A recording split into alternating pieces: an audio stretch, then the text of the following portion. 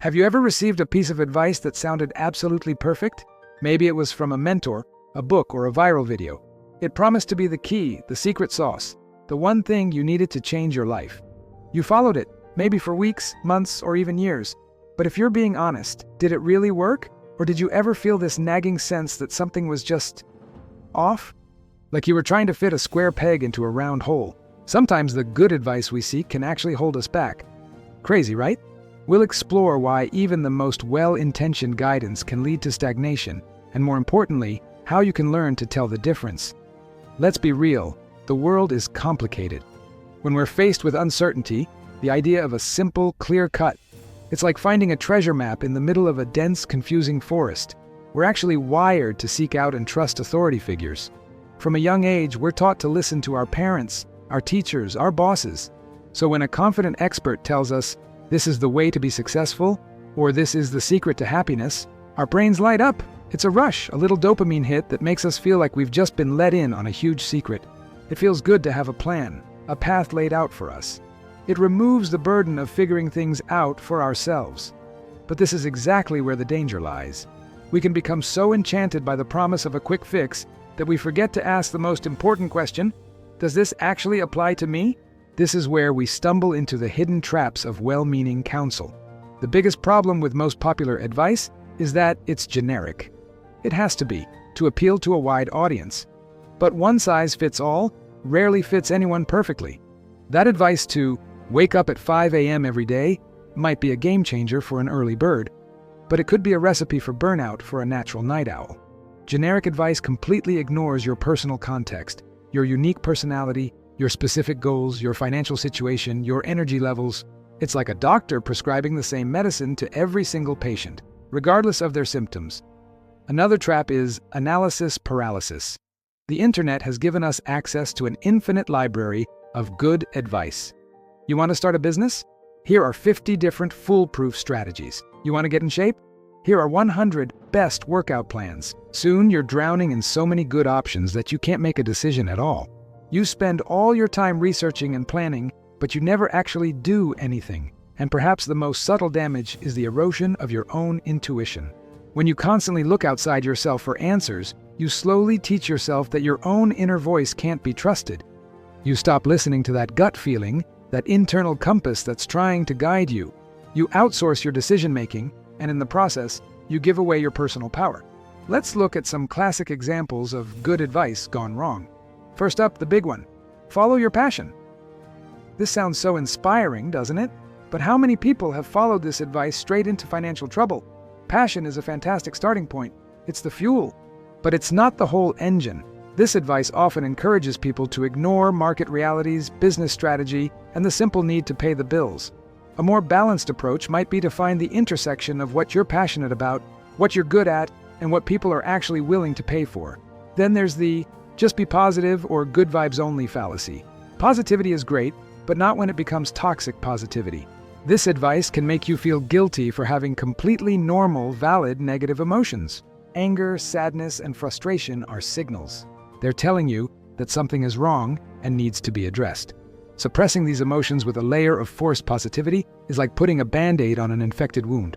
You're not healing the problem, you're just pretending it doesn't exist, and it will eventually get worse.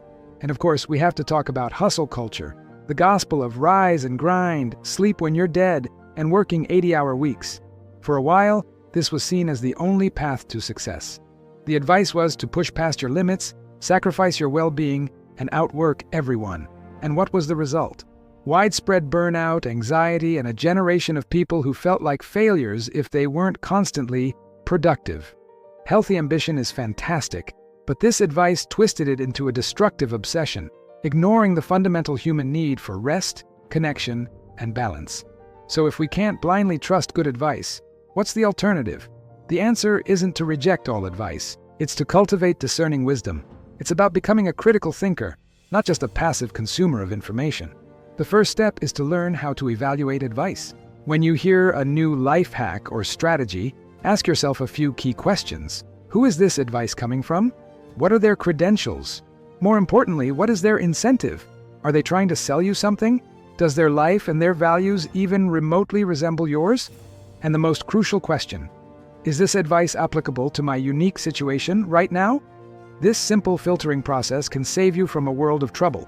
Next, you have to embrace the power of experimentation. Think of yourself as a scientist in the laboratory of your own life.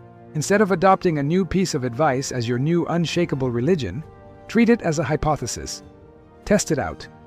Try that new morning routine for a week, not a lifetime. See how it actually feels.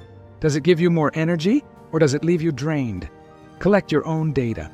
Your personal experience is infinitely more valuable than someone else's theory. Embrace your failures. They're just data, not dead ends. It's not a personal failing. It's just valuable information that tells you what not to do, bringing you one step closer to what does work for you. Forget rigid, all-or-nothing philosophies. Life is about iterative progress, making small, consistent adjustments over time based on real-world feedback. Ultimately, the goal is to build your own internal compass. This is the most reliable navigation system you will ever have. It starts with radical self-awareness. You have to do the work to truly know yourself. What are your core values? What are your non-negotiables? What are your natural strengths and weaknesses? When you have a clear understanding of who you are, it becomes much easier to see which pieces of advice align with your authentic self and which ones are a distraction. A great practice for this is journaling, or simply taking quiet time to reflect and check in with yourself. Another key part of building your compass is seeking diverse perspectives, not just confirmation bias. It's easy to only follow people who think exactly like you. But real growth happens when you expose yourself to different, even challenging points of view.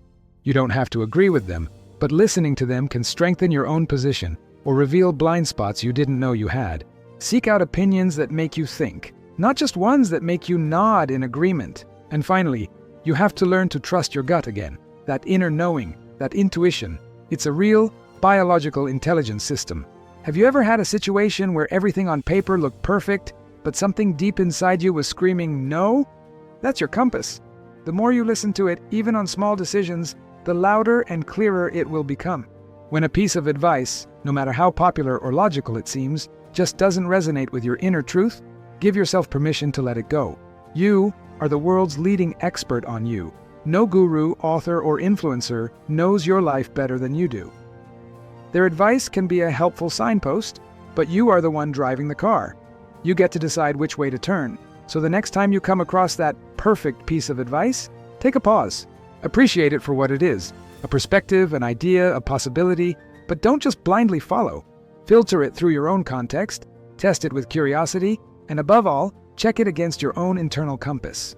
That is how you move from being a follower of advice to becoming the wise architect of your own life. I really appreciate you spending time with me today. If this resonated with you, I'd be so grateful if you'd hit that like button and subscribe for more content on living an intentional life. I'd love to hear from you in the comments. What's a piece of good advice that you've had to unlearn? Let's continue the conversation down below. Take care, and I'll see you in the next video.